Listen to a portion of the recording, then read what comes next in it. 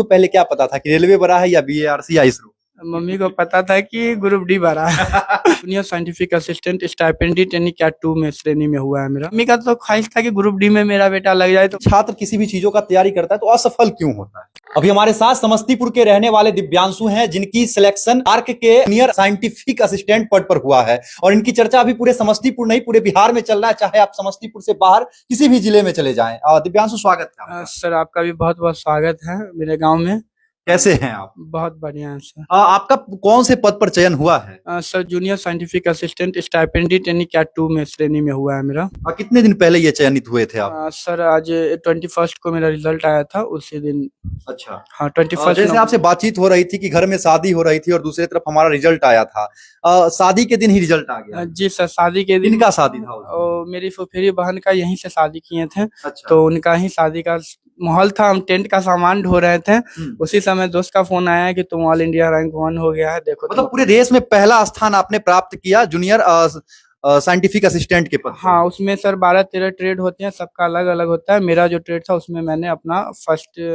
अच्छा, पूरे देश में कितना सीट निकला हुआ था बार के लिए? बार के लिए सर आई थिंक वही 400 से 500 अलग अलग ट्रेड। लेकिन आपके ट्रेड में कितने सीट? मेरे ट्रेड में सर एससी श्रेणी में 1 सीट था। अच्छा। जनरल में 5 सीट था और ओबीसी में 7 सीट था। तो ये उसमें कैटेगरी वाइज रहता है। जो जैसे हम एज रिलैक्सेशन का फायदा ले लिए थे, उसमें न्यूनतम आयु रहती है 21 वर्ष। मेरा उस समय पे फॉर्म भरते समय 21 वर्ष 3 मंथ हो रहा था, तो मैं एससी कोटे से एज रिलैक्सेशन का फायदा ले लिया था। तो हम एक ही सीट के लिए फाइट कर सकते थे, एससी वाले सीट। अच्छा, मतलब एक सीट के लिए आपने फाइट किया और वो सीट आपको मिल गया? जी सर, वो सीट मिल गई। अच्छा, कितने बच्चे उस एग्जाम को कंडक्ट करते हैं जिस एग्जाम में आपने एक सीट का फायदा उठाया? सर उसमें 1500 बच्चे आते हैं। 1500 बच्चे और 1500 बच्चे में से मात्र एक बच्चे का सिलेक्शन होता है? हाँ, 1500 बच्चे, एक नहीं कह सकते, मतलब आपके ट्रेड का? हाँ, मेरे ट्रेड का 5 से 6 बच्चे हैं। जैसे उनमें 1500 में, उसमें क्या होता है, उसमें 2 ईयर का एक्सपीरियंस भी मांगा जाता है, जिसकी वजह से बहुत से स्टूडेंट नहीं आ पाते हैं। तो 1500 में भी आते हैं, तो वो बहुत क्रीमी लेयर के बच्चे होते हैं। अच्छा, 10th कब पास किए थे? 10th सर 2015 में पास। 2015 में पास किए थे 10th, और उसके बाद लगातार तैयारी चल रही? जी सर, 2017 में इंटर यूटीसी कॉलेज से पास किए। उसके बाद 1 साल का ड्रॉप लिए थे, क्योंकि मेरी बड़ी मम्मी को कैंसर हो गया था, तो उनके ट्रीटमेंट के लिए मुझे मुंबई 1 साल रहना पड़ा था। उसके बाद 2019 में स्टार्टिंग में चेन्नई चले गए इंटीग्रल कोच फैक्ट्री में एज अ प्रशिक्षु एक्ट अप्रेंटिस। वहां से 2022 में आने के बाद तैयारी पूरी चल रही। अच्छा, कितना अटेम्प्ट आपने परीक्षा दिया और आपका चयन हुआ? बार का सर ये फर्स्ट अटेम्प्ट था। इसरो का इससे पहले एक अटेम्प्ट मतलब इससे पहले इसरो में आपको असफलता हाथ लगी है? जी सर। डीआरडीओ का परीक्षा? डीआरडीओ में भी असफलता हाथ। अच्छा, मतलब डीआरडीओ और इसरो में असफलता हाथ लगी थी और उसी असफलता से सीख करके आपने बार्क के लिए फिर परीक्षा दिया और चयनित हो गए? जी सर, क्योंकि उन दोनों में भी एक ही सीट था। अच्छा, कभी लगा था कि एक सीट के लिए हम फाइट करेंगे पूरे देश में और एक सीट हमें मिल जाएगा? सर ऐसा तो मतलब कोशिश कर रहे थे, लग रहा था, क्योंकि वो मतलब अंदर से आ रहा था कि पढ़ना ही तो है, मेहनत करके देख रहे हैं। अगर लक साथ दे दिया, अगर मेरे मेहनत रंग ला दिया, तो अच्छे पोजीशन पे जा सकते हैं। अच्छा। तो वही एक था कि एक थोड़ा जनरेशन में चेंज लाना था, तो मतलब अपना। अच्छा, पिताजी क्या करते हैं दिव्यांशु? पिताजी रेलवे में है। पिताजी तो चाहते होंगे कि मेरा बेटवा भी रेलवे का ही जॉब करे। हाँ, इसीलिए एक्ट अप्रेंटिस करने के लिए भेजा गया था कि रेलवे में जॉब लग जाए। अच्छा। ऐसा मम्मी का तो ख्वाहिश था कि ग्रुप डी में मेरा बेटा लग जाए, तो मतलब ग्रुप डी में लगाना है बेटा? हाँ, मम्मी को ये सब पता नहीं था कि बार्क में भी होता है, इसरो होता है, उनको तो पता था। इस देश की हम सेवा कर सकते हैं। हाँ। कौन से डिपार्टमेंट में चयन हुआ है? मेरा बीएआरसी में स्टाइपेंडी। परमाणु डिपार्टमेंट? परमाणु विभाग में। अच्छा, परमाणु विभाग में आपका चयनित? हाँ, परमाणु विभाग में मेरा चयनित हुआ स्टाइपेंडी ट्रेनिंग कैट 2 में। अच्छा, आगे क्या करना है? आगे वही प्लान है सर कि बीएआरसी में अगर इसरो का अगर सर रिजल्ट आ जाता है मेरा, जो फिलहाल अभी आने वाला है, अगर उसमें मेरा सिलेक्शन हो जाता है तो आगे वहां से बीटेक करना है। अच्छा दिव्यांशु, आप पहले से ही मेधावी छात्र रहे हैं, जैसा कि ये देख करके हमें लग रहा है शील्ड वगैरह यहाँ पर आप जितने भी सर्टिफिकेट देखेंगे सब दिव्यांशु का है। जी सर, ये है इंटीग्रल कोच फैक्ट्री में 2 इयर्स के दौरान ये सब मिला था मुझे। अच्छा, कितना सर्टिफिकेट मिला? 1 2 3 4 5 6 7 8 9 8 सर्टिफिकेट और 4 शील्ड और 1 मोमेंटो। और सर वहाँ ऑफिस में, प्रिंसिपल के ऑफिस में जामा है सर, बहुत से ऐसे ट्रॉफी है जो वहाँ से। कितने अभी तक शील्ड और सर्टिफिकेट आपको मिला? सर 20 से। कितने दिनों में? सर यही 2.5 साल में। 2.5 साल के अंदर? हाँ, मतलब जब से आप तैयारी कर रहे थे तब से लेके अब तक जो है हर जगह आप अव्वल आए हैं? जी सर, मतलब वो हो जाता था, तैयारी करते थे तो वहाँ पे अच्छा, एक बात कहिए, कोई भी छात्र किसी भी चीजों का तैयारी करता है तो असफल क्यों होता है? असफल सर डिसिप्लिन नहीं रह पाता है। एक दो बार हम दम लगाते हैं और फिर तीसरी बार में हम फिर हिम्मत हार के सर बैठ जाते हैं। लगातार कोशिश करना इसलिए कहा जाता है कोशिश करने वालों की कभी हार नहीं होती। सर कोशिश कर, अगर लहरों से डरकर नौका पार नहीं होती और कोशिश करने वालों की कभी हार नहीं होती और सर। वही कोशिश आपने बरकरार रखा बरकरार रखे सर। और आज पूर्णतः जो है समस्तीपुर का नाम आपने पूरे बिहार ने पूरे देश लेवल पर रोशन कर दिया। जी सर, ये मेरा सौभाग्य है कि यहाँ समस्तीपुर के लोग इतना सोच रहे हैं मेरे बारे में, इतना प्यार दे रहे हैं। हाँ, तो क्योंकि आपने वैसा काम किया जिसकी वजह से पूरे समस्तीपुर के लोग गौरवान्वित महसूस कर रहे हैं। सर वही मेरा बहुत मतलब ये मेरा पे ऑफ है, जितना स्ट्रगल का पे ऑफ लग रहा है कि भगवान पे ऑफ दे रहे हैं, लोग इतना प्यार दे रहे हैं बहुत। मतलब कल जब हम पटना में थे तो आपकी चर्चा वहां भी चल रही है। हाँ सर, ये एक तरह का मेरे लिए अब प्रेशर हो गया है सर, एक तरह का प्रेशर भी हो गया।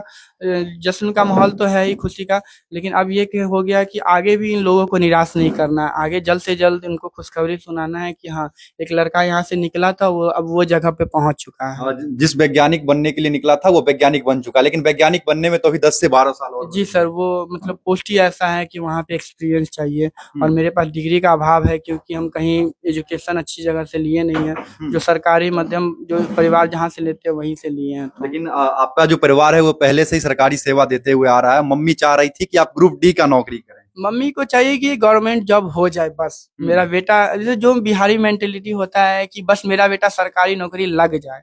हाँ बस वही था कि उनको लग जाए। उनको नहीं पता, वो एक सीट देख के जाहिर सी बात है कोई भी डरेगा कि 2 साल कंटिन्यू एफर्ट देना, वो भी सीट में हो, प्री है, मेंस है, स्किल टेस्ट है, कहीं भी एक बार घटा तो 2 साल बैक चला जाएगा, तो वो डर था।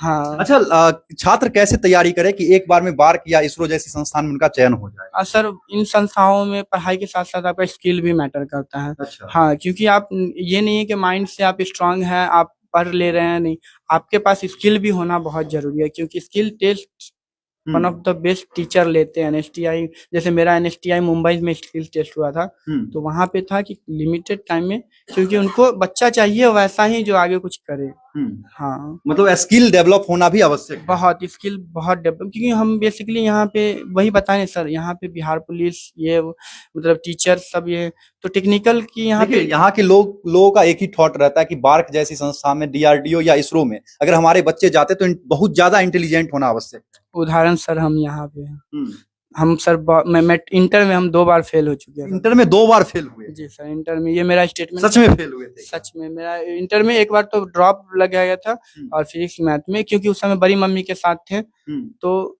उदाहरण खुद है सर। हम कोई पढ़ने में ज्यादा ये नहीं, बस जितना था नीचे से कोशिश करते रहे, अपने आप को डेवलप करते रहे।